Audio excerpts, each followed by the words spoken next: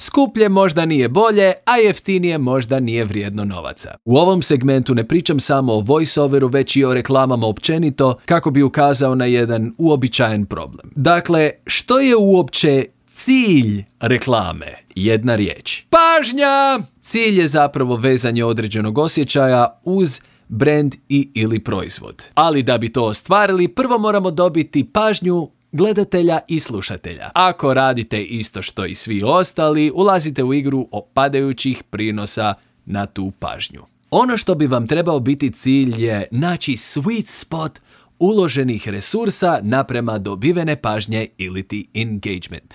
Ok, nisam stručnjak za marketing, Osim što glumim jednog u YouTube videima.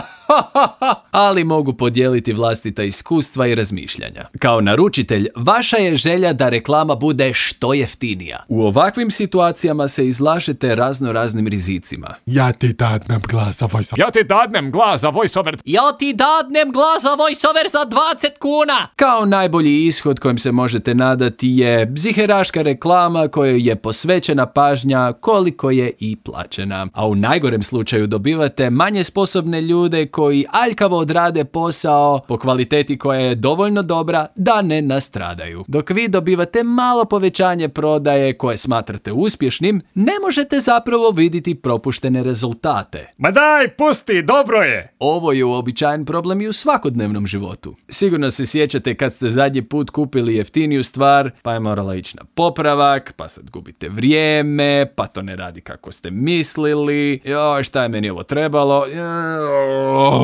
Trebao sam platit kak se spada i bok. Elegantno rješenje bi možda bilo napraviti nekakav sustav. Koliko ste spremni platiti produkciju, ovisno o tome koliko plaćate medijski prostor. Nema smisla platiti 300.000 kuna za medijski prostor, A plaćate 2000 kuna za produkciju reklame samo zato što je teoretski moguće dobiti reklamu za te novce. možda bi bilo bolje platiti 50.000 kuna za produkciju super reklame ili čak više njih, pa izaberete između alternativa. Nikad ne znate kako će biti kad budu gotove. I onda platite 250.000 kuna za medijski prostor. Sigurno ćete dobiti veći engagement. Dakle, zaključak bi bio da ova dva segmenta rastu proporcionalno. Što više love za medijski prostor, to više love za produkciju. Ima smisla, zar ne?